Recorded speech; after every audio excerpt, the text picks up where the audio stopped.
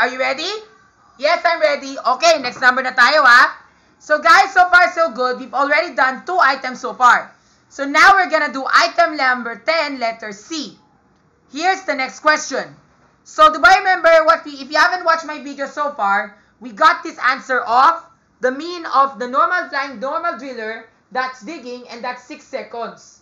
And then for flying driller, it's 3.1 seconds. 3.5 seconds. Here's how I did it. Diba remember ito yung solution sheet na kinuha ko, diba? I did it like this, diba?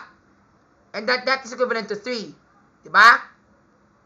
Kasi nga, this divided by 7 divided by x, and then I multiplied by the reciprocal. And then here, I multiply both sides by 7.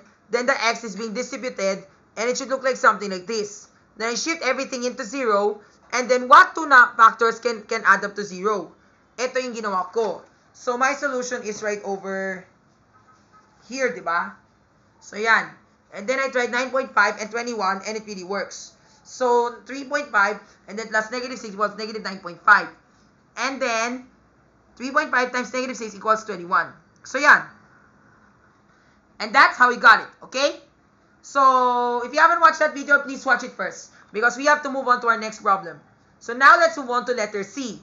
Ang sabi dito, find the probability that both the normal and flying drillers will enter the scene before the 3rd second of his period of emergence. Yan. Di ba remember, kanina, I told you that we are going to have 2 distributions. Why are we going to have 2 distributions? Because sometimes, when you play tiny defense, a driller can be digging or a driller can fly. Kasi nga, when you play my tiny defense game, whenever you have a flying driller will emerge into the scene really, really fast. He moves very fast whenever he flies. Pero kapag nahulog siya, he falls down when he gets hurt. Kahit once lang talaga na hurt, he falls down already. Kaya that's the purpose of the driller concept whenever they fly. Okay? They fly into the sky, and then they very fast, looking for a place to drop. And then they drop when being shot. Diba? So that's exactly what the drillers do. Or sometimes, when they enter the scene, less time from their periods of emergence. A few seconds later. But, si normal digging driller, when they're digging, they enter the scene late. Okay? So now you already know what I mean, okay? So looking at the distributions that I did here, remember, our standard deviation is still 7 over 6. Despite that the means are different, the standard deviation will always be 7 over 6. And doing that so, diba remember, we get this, diba? So here's the value of our standard deviations, diba? For the digging drillers and for the flying drillers. So, yan, diba? Then we add 1 and 1, 6, that's 7 and 1, 6. Then 8 and 2, 6, and 9 and 3, 6. Then, minus 1 and 1, 6, that is 4 and 5, 6. Then, minus 1 and 1, 6, 3 and 4, 6, and 2 and 3, 6. Just like that. So now, let's answer the following questions here. Then here, we did it like this, 3.5, and then minus 1 and 1, 6. That's 2 and 2, 6, because 3/5 is the same as 3 and 1/2. Convert to 6, denominator of 6, and that's 3 over 6. Diba? So 2 over 6, 1 and 1, 6, and then 0. Tama! Now let's answer the question. Find the probability that both normal and flying drillers will enter the scene before the 3rd second of his period of emergence. So when we say before the 3rd second of his period of emergence, kasi nga a driller will enter the scene when he is, in his period of emergence, which is at that time. But he might be a few seconds later. Kapag flying, konti-konti lang. Kapag digging, plenty. So let's see, 3 second. The 3-second rule. So where's the 3-second rule in the flying?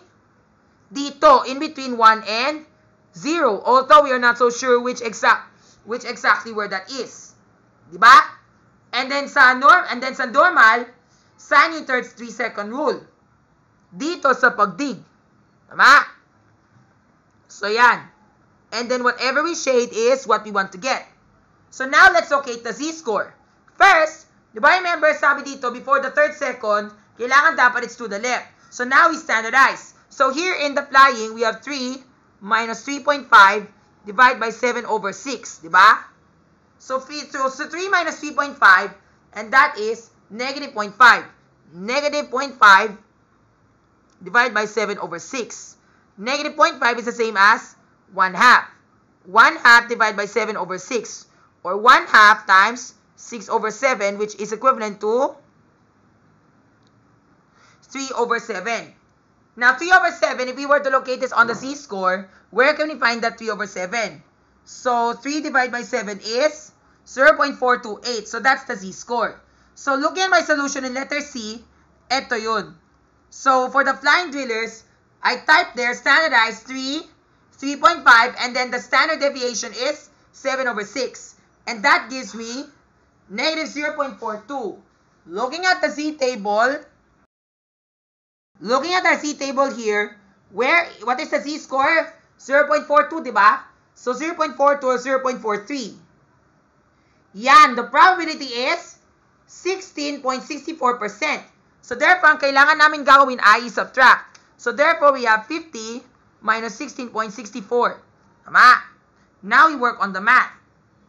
So this one will become 5 and 1, 3. We skip 1 digit, 3 digits. Then here we have 3. Then this becomes 3, 6. So the answer is 33.36%. And that is within this boundary. So therefore, the z-score is here, 0.42423. And diba remember, sabi ko, it's asking for this part. So therefore, we need to shade this region. Kasi ang tinanong dito ay dito, diba? Yan. So that's it. Okay?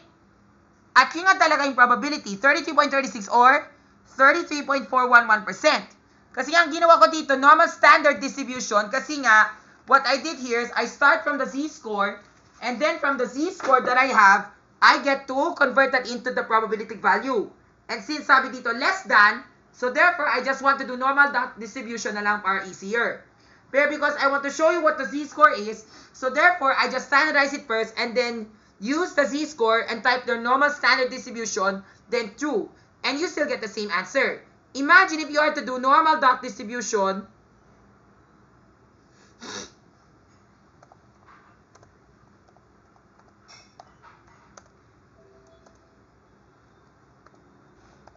then true, you will still get the same answer. So tama, the answer is 33.34%. That's it. So that's the answer in letter C for the flying drillers. And then for the flying drillers. Now for the digging naman, ito yun.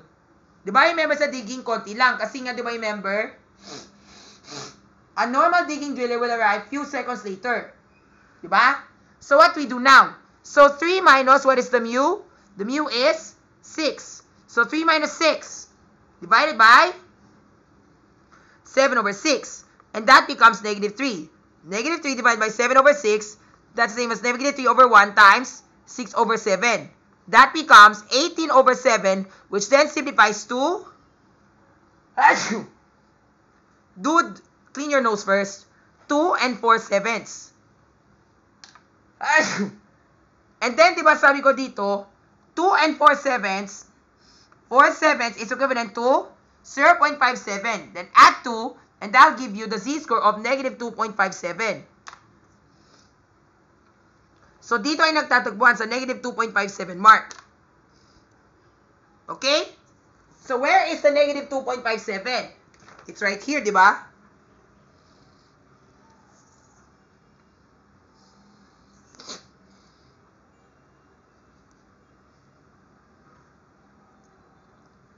Yes, at 49.49%. So therefore, 50 minus 49.49, that one is just easy, 0, 0. Then this is 4, and then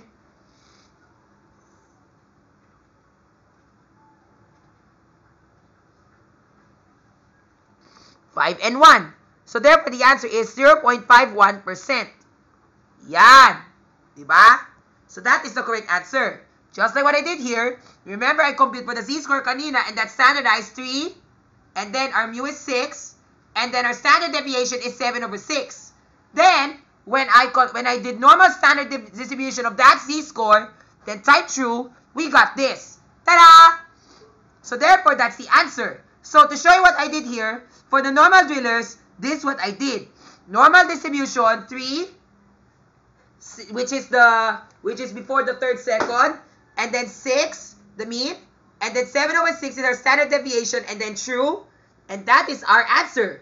0.51% for the normal drillers, and 33.41% or 33.36 for the flying drillers. Yan. Okay, how's your nose? Okay na ba? Yes. Okay. So now let's go to letter D. Find the probability that both normal and flying drillers will enter the scene after 8 seconds from his period of emergence. Okay, so here's another chart. So do I remember this is exactly what I did here? Okay, so this is the chart again. So in the normal distribution for flying, where is the 8 seconds in the standard deviation? Wala. So therefore, there's an excess. Compared to digging, meron.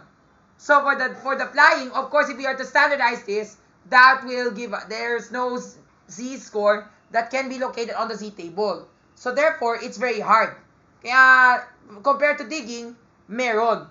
So therefore, we just standardize 8 and we note somewhere here within this boundary.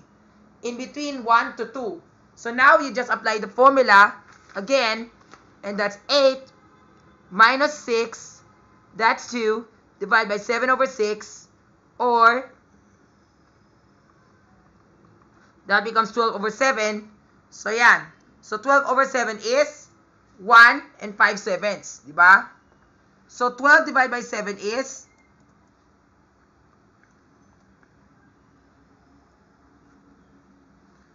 1.714. So if we were to do this, of course we will type 8, 6, 7/6. Yeah, and we still get the same answer. So that's 1.714. 1.714, if we were to find the probability of 1.711, yes, that's 45.54. And 50 minus 45.54, because diba remember it's later. Yun nga, so this becomes 4. This becomes 4, 6. So 4.46%. Yan. Later, I'll show you, okay? So yan, so ito yung ginawa ko. 1 minus normal distribution, 8, 6, and then 7/6, then true, and therefore it's 4.32%. That's very low. That's low already. So there's still a probability outcome. And then here, ito yung ginawa ko. Diba? So I convert that into a z-score and I got this, diba? And the probability is this. Compared to flying drillers, yun nga. So what I did is 1 minus the normal standard distribution because we want the greater than. We want on the right side. Diba? Compare sa flying drillers naman, we standardized this and we got a z-score that is way higher. It's 3.85. Very high na yun. So if we are to solve for the probability, yun nga, it's 1 minus that, and then we get this. Very high, no? Kaya that's why the answer is here, diba? It's very rare talaga to get something like this. 0.06%.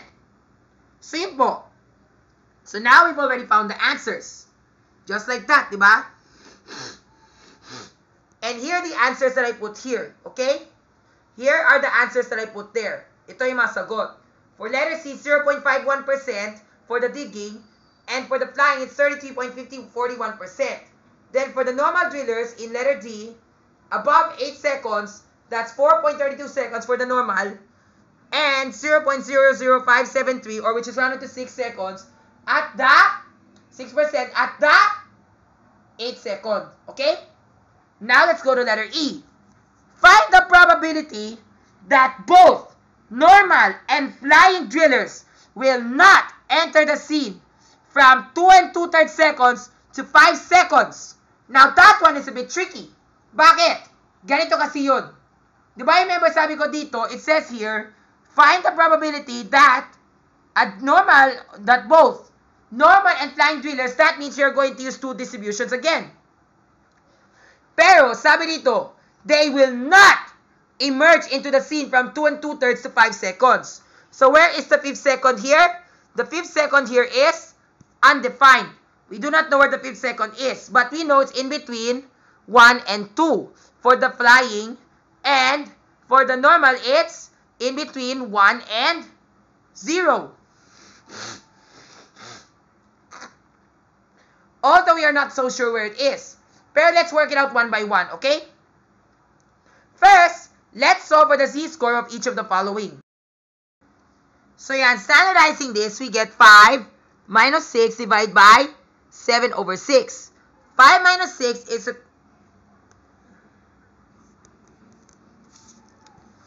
5 minus 6 seconds is equivalent to negative 1. And negative 1 divided by 7 over 6, that's the same as negative 1 divided by 7 over 6, or negative 1 times 6 over 7, which will give me negative 6 over 7. So therefore, that is the probability. And therefore, tama.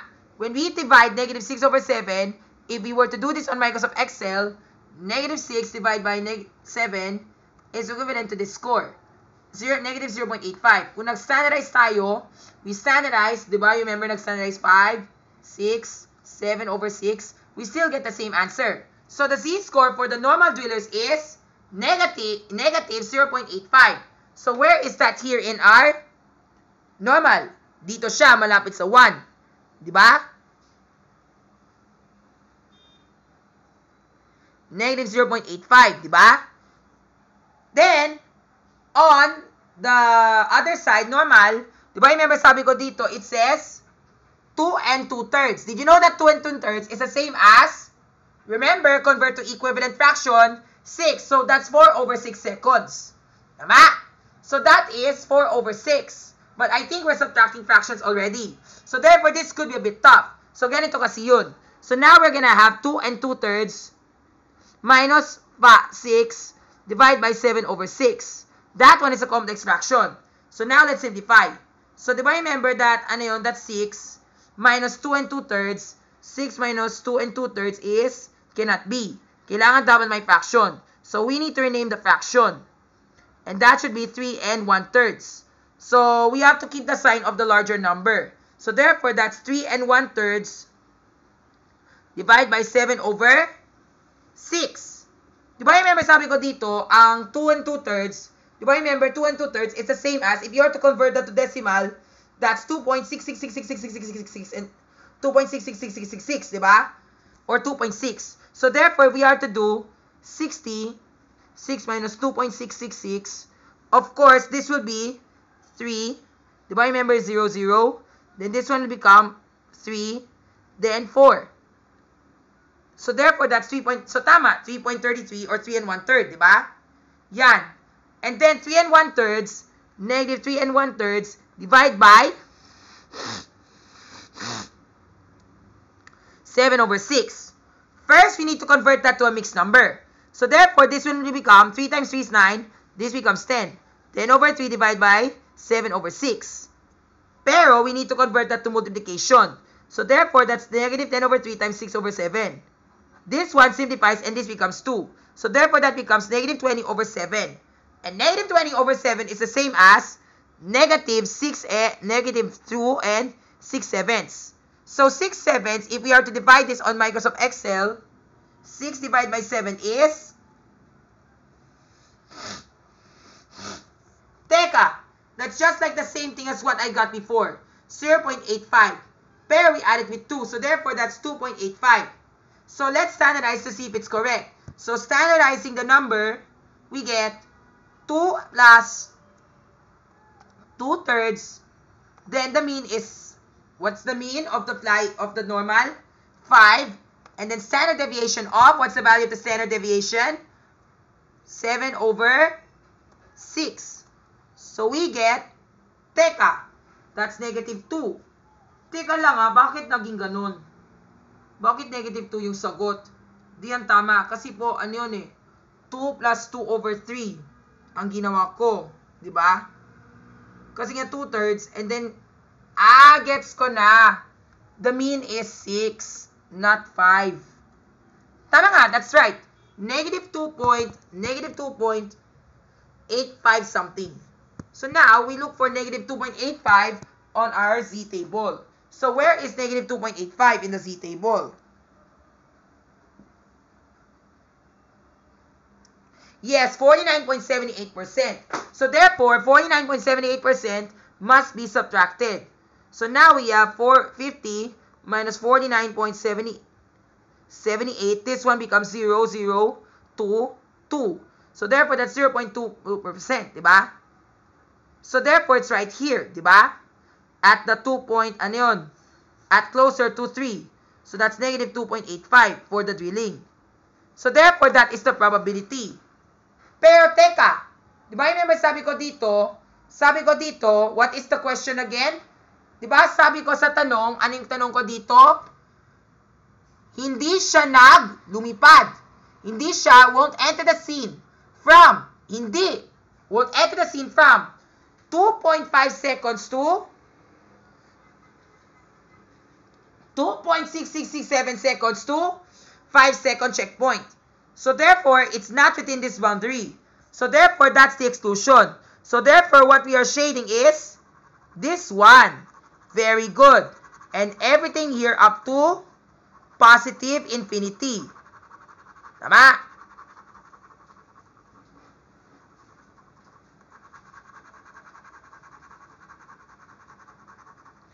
Yan. And because of that, we can now solve this in two ways.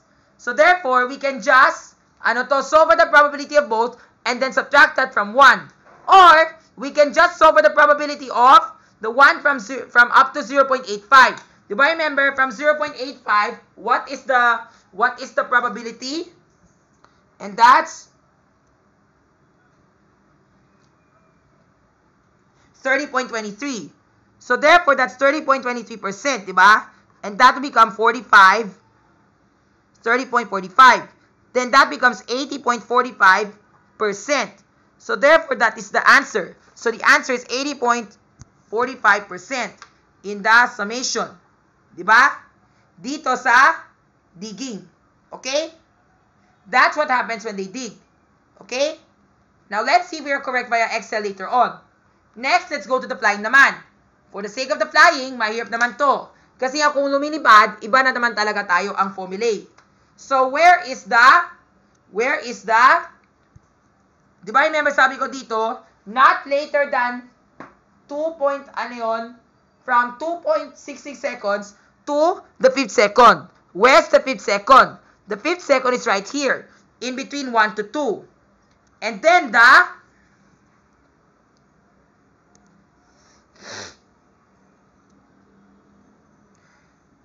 flying drillers is from negative 1 to 0.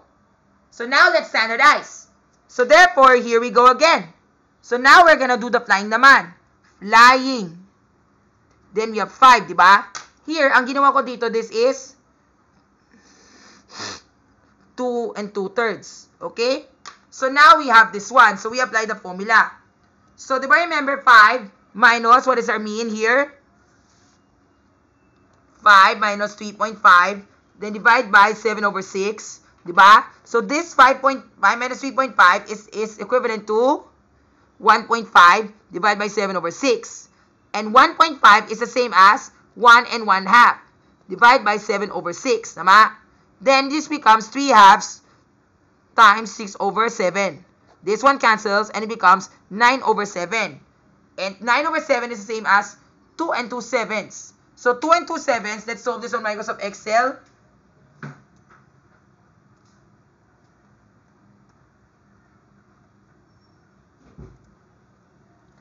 Yan, that's 2.28. Or if we are to standardize this, let's standardize this number. 5, 3.5, 7 divided by 6. Yan. Ay, wait, that's 1 1/7 pala. That's 1.28. So tama nga, that's 1.28, di ba? So therefore, that is the correct answer. The correct answer is 1.28. Okay? Now, where is that 1.28 in our Z-score? In positive. Dito siya. So, tama. So, therefore, it's right over here. Pero, what about the 2 and 267? We know that it lies between this boundary. Dito siya. In between negative 1 to 0. So, now, let's solve. So, here we go again. So, we have 2 and, what is the fraction?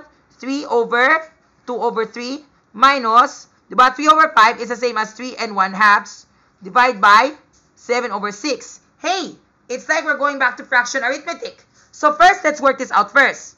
So 2/3 minus 3 1/2. Of course, 3 1/2 is larger. So therefore, we work on that first. So let's work it out here na lang. 3 1/2 minus 2 2/3. Pero teka, that cannot be done. Because, di ba, remember, we need to convert it to LCD. Di ba? So converting that to LCD, what is the LCD? What is the least common denominator? 6. So 2 times what equals 6 is 3. Then 3 times what equals 6 is 4. Now that the equal 2, di ba? Now that the denominators are all equal, we can now subtract. Pero teka, that's not right. Kasi nga, di ba, remember, the denominator is, we have to rename the fraction. So there, and 3 minus 4 cannot be. So we need to rename. So therefore, this one will become 2 and 9 over 6 na lang. Kasi nga, di ba, remember, nag-rename tayo ng fraction. And we have 3, 6. So when we rename the fraction, we borrow 1 whole. So 1 whole is 6 over 6. And 6 over 6 plus 3 over 6 is 9 over 6. And then the whole number gets subtracted by 1. And then the fraction gets carried over. Di ba? Remember, I told you how to rename a fraction? Like, for example, if you have the fraction 5 over 6. 5 and 5, 6. If you want to borrow 1 whole, di ba, remember, this 5 minus 1 equals 4. Di ba, 5 is equivalent, looking at 5, the 5 is equivalent to 4 and over 6, 6. Because, di ba, remember, 6 divided by 6 is 1. And 4 plus 1 equals 5. Tama? So, that's how you rename fraction. So, therefore, ito naman ang 3 and 3, 6. The 3 and 3, 6, we borrow 1. Di ba, remember, 3 is equivalent to, what's the number before 3? 2, di ba? And then, that becomes 6 over 6. So, 6 over 6 plus 1 equals 3, di ba? And we add 6 over 6 to 3 over 6, and that becomes 9 over 6. So, therefore, it becomes 2 and 9 over 6 minus 2 and 4 over 6. Can we now subtract? Yes, we can. And therefore, the answer is 5 over 6. Pero, what did we keep? The 3 and 1/2, because that is larger. So, therefore, this should be the larger number. Okay?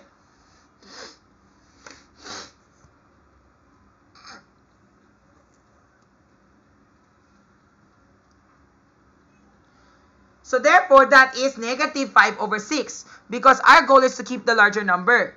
So, now we have 5 over 6 divided by 7 over 6. Tama?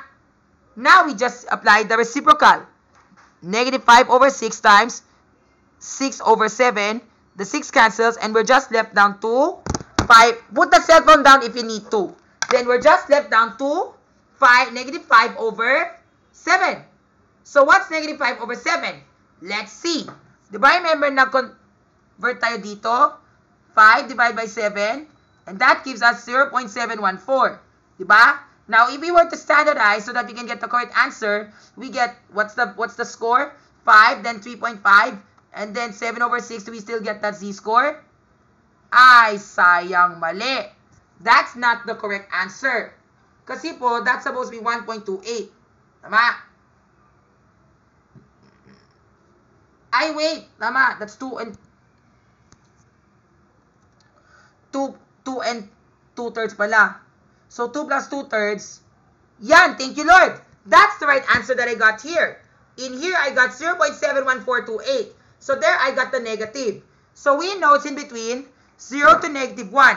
And the answer is negative 0.714. So, dito siya. Negative 0.714. This one is 1.28. So, therefore, it's right here. Pero sabi ko dito, it does not lie from this boundary. So, therefore, what are we shading? Ito, very good. The outer, okay?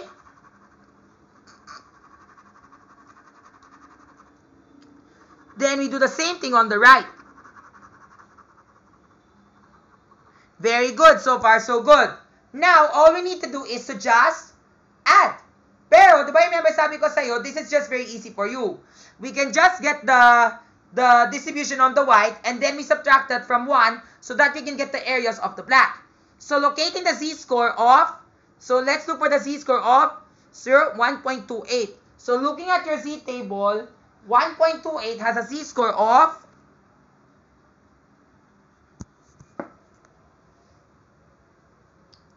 39.997. So, therefore, that's 39.997 plus, what is the other one? The other one is 0.71. And 0.71, where's 0.71? Yes, and that's 26.11. And 26.11, do I remember 26.11 is right here. Then what we do to the numbers? We add. So 7 plus 1 is 8. This becomes 10. This becomes 10, 16, 6. 66.08%. But that's not the answer because we are referring to these guys. The one that's shaded. So we need to subtract that from 100. Put down the phone if you need to write properly. Okay? Now we subtract. So when we subtract the two numbers together, this one will become 0. Then the 6 becomes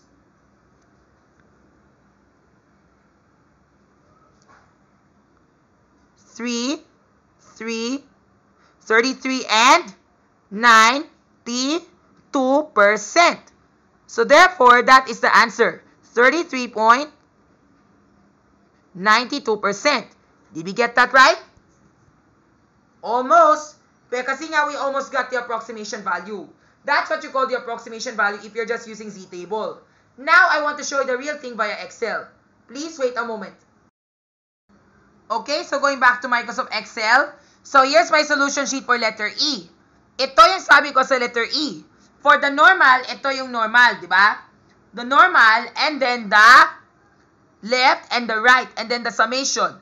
So, di ba remember, ang kinuha ko dito, yung Z-score, what is the value of the Z-score for the normal? For the normal drillers, the Z-score on the left side is negative 2.85, which is right over here. So, as you can see, according to my distribution, yun po guys, that's the left side. The left side is negative 2.85. Tapos sa kanan ay negative 0.85, which is on the right. So, yan. So, now, after that, we get the two probabilities together, we sum them up. So, ang kinuha ko dito, we just get the probability of normal standard distribution, and then we sum this up, and we get 80.64%. Dito, I got 80.48%. Halos may konting difference, pero okay lang yun. Okay? That's what I got for the digging. And then, for the flying naman, di ba remember what was the Z-score for the flying on the left? It's negative 0.71. And then on the right side is 1.285. Yan. Then, converting it to probability value, we got, do I remember what was the probability? 23.75% plus 0.09%, di ba? 0.1% on the right side, di ba? Then when we sum this up all together, we get this answer of 33%.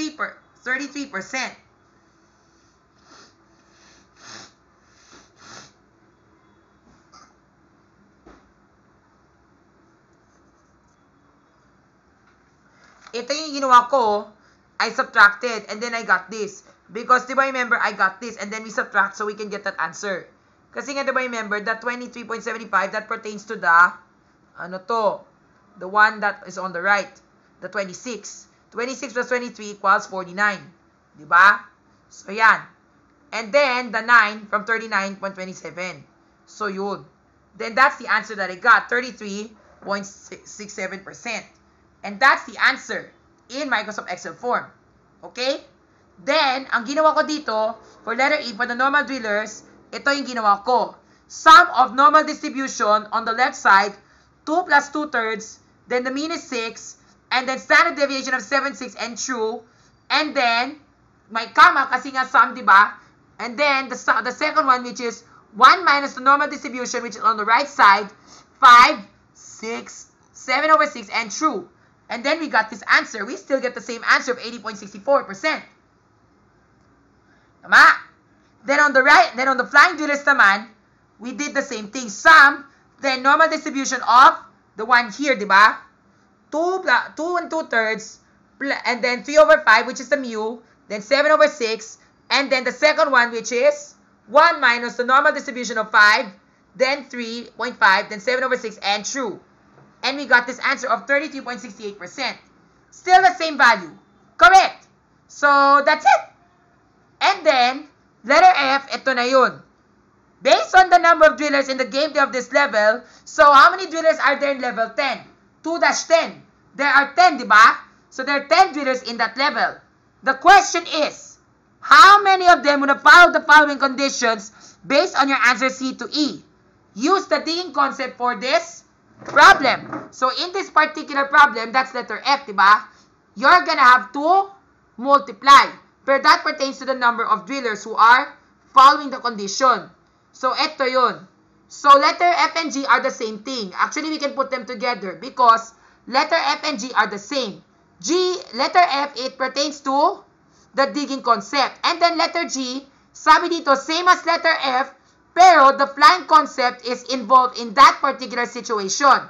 So, let's start with letter F, which is the digging concept. So, very easy lang to. All you have to do is to just get the probabilistic answer that you get. What is our answer in letter C? The answer in letter C is 0.51%. And then from there, we multiply it by 10. And then, we get this answer. Ito yung sinagot ko. So, answer in letter C. The answer here,